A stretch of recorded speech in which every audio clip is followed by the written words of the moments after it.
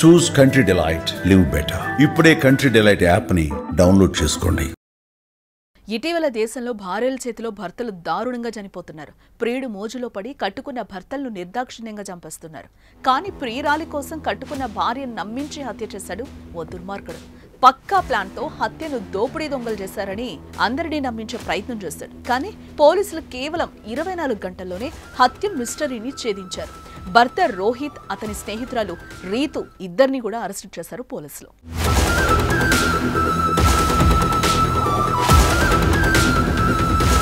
రాజస్థాన్లోని అజ్మీర్లో దారుణ ఘటన చోటు చేసుకుంది. భర్త అని నమ్మినందుకు ఓ అమాయకురాలైన భార్య ప్రాణాలు తీశాడు. ఈ హత్య జరిగిన తీరు చూసి స్థానికులు, పోలీసులు షాక్కి గురయ్యారు.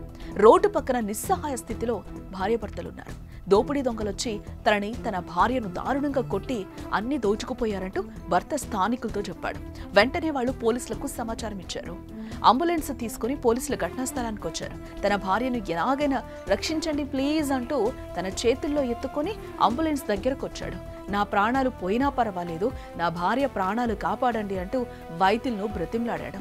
అతని పేరు రోహిత్ సైని. అతనికి 35 సంవత్సరాలు. భార్య కోసం భర్త పడే ఆవేదన చూసి అందరూ అయ్యో అన్నారు.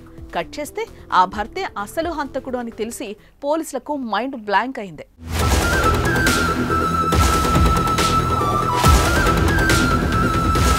అజ్మీర్కు చెందిన రోహిత్ సైని కొంతకాలం క్రితం సంజుని ప్రేమించి పెళ్లి చేసుకున్నాడు.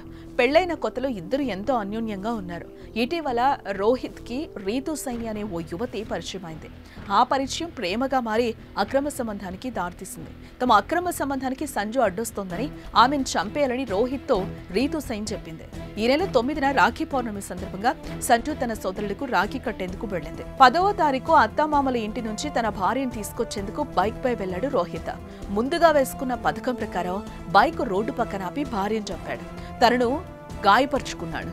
గ్రామస్తులు అక్కడికొచ్చి చూడగా సంజు అపస్మారక స్థితిలో ఉంది. పక్కనే కత్తులు పడున్నాయి, తువ్వాలు పడున్నాయి. రోహిత్ ఏడుస్తూ తమపై దోపిడీ దొంగలు దాడి చేశారు, రక్షించండి అంటూ ఏడుస్తూ వేడుకున్నాడు.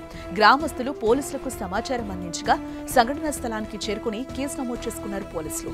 విలువైన ఆభరణాలను తీసుకుని పారిపోయారని రోహిత్ పోలీసులకు చెప్పడానికి ప్రయత్నించాడు.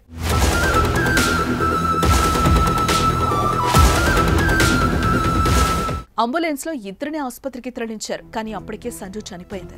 పోలీసులకు రోహిత్ చెప్పిన విధానంపై పలు అనుమానాలు కలిగాయి. నిందితుడిని తమదైన శైలిలో ప్రశ్నించగా నేరం అంగీకరించాడని రూరల్ అదనపు ఎస్పీ దీపక్ కుమార్ చెప్తున్నారు. కొంతకాలంగా తాను రీతు సైనిని ప్రేమిస్తున్నానని, ఆమె చెప్పడం వల్లనే తన భార్యను హత్య చేశారని పోలీసుల ముందు ఒప్పుకున్నాడు. హత్య చేసిన తర్వాత పోలీసులకు అనుమానం రాకుండా ఉండాలని దోపిడీ దొంగల నాటకం ఆడినట్లుగా చెప్పాడు. పోలీసుల విచారణలో కుట్ర మొత్తం బయటపడింది. ఈ కేసులో ప్రధాన నిందితుడు రోహిత్ సైని, హత్యకు ప్రేరేపించిన అతని ప్రియురాలు రీతు సైనిని పోలీసులు అరెస్టు చేశారు. హత్య జరిగిన 24 గంటల్లోనే కేసును ఛేదించిన పోలీసులను స్థానికులు అభినందించారు.